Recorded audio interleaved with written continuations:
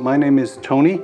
I'm originally from Ireland, but I've lived in the States here since 1994. I'm married with 2 children, and I'm a full-time stay-at-home dad to the kids.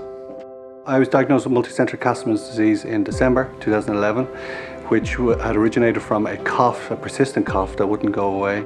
They x-rayed me and a CT and revealed a mediastinal mass, 3-pound tumour, which is on my chest, wrapped around my heart and my lungs. Upon hearing the news, my initial reaction was absolute shock. I was in perfectly good health. I had an open chest surgery, and once the tumour was removed, they initially thought it was cancer, and they gave me a very bleak diagnosis of 3 to 6 months survival.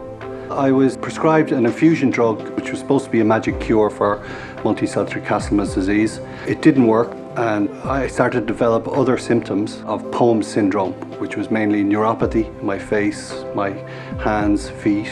We were blown away. I mean, we had one diagnosis which was a bad one, and now we had another one. So it was like a double whammy, but we had to remain positive and we had to move forward. So after the chemotherapy drug and steroid drug for a year, unfortunately that didn't work. So I approached the option of having a stem cell transplant, which I did have. I was treated with high-dose chemotherapy to bring my white blood cell count down to 0, and then start to make my own blood cells from scratch, which were undiseased, which actually worked for me. I had a great response to it, but unfortunately I was very seriously ill and I nearly died, but I pulled through.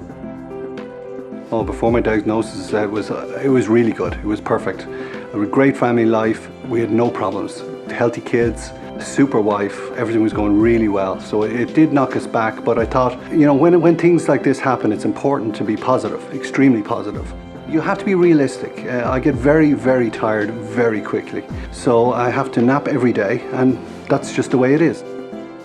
And it's important to be your own health advocate too, to question things and to do research yourself. And if you feel like you need a second opinion to go to another doctor, I think it's important to do that. I've had great family support. Well, obviously my wife, who has been unbelievably fantastic. My kids have been great, and that's what I live for. Rather than be more introverted and kind of within yourself, which is okay for a time, but I think you have to reach out.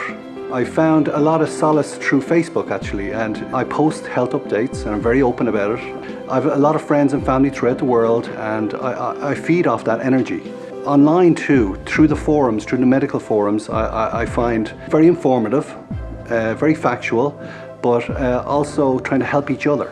Beyond online communities, I think it's important to meet and talk with people who are in the same shoes as ourselves, especially with rare diseases, because they're few and far between. I have actually met people with both diseases in person. So we meet monthly for coffee and we compare notes, and I find it a great resource and a great support. The doctors gave me 3 to 6 months to live, and here I am several years later, still going forward.